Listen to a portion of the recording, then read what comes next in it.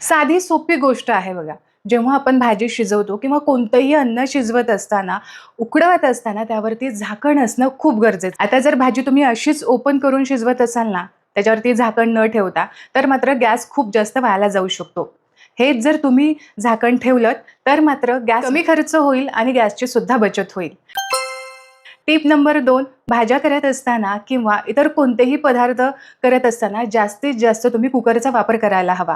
Cooker जितका तुम्ही वापराल ना, तितकाच तुमची गॅसची बचत होणार आहे. बऱ्याचदा एक चूक आपण करतो, की कढई चढवतो किंवा तवा चढवतो, मग पोळ्यांचं सगळं साहित्य घेतो, मग भाजी बनवण्याचं सगळं साहित्य घेतो. असं अजिबात करायचं नाही. यावेळेस आपण गॅस चालू ठेवतो, विनाकारण गॅस वाया जातो आणि ना गॅसची बचत तर अजिबातच होत नाही. आधी काय करायचं, सगळं साहित्य गोळा करायचं, आपल्या किचन ओट्यावरती ठेवायचं, जे काही चिरून वगैरे घ्यायचं ते आधीच करून ठेवा. गॅसची बचत करा.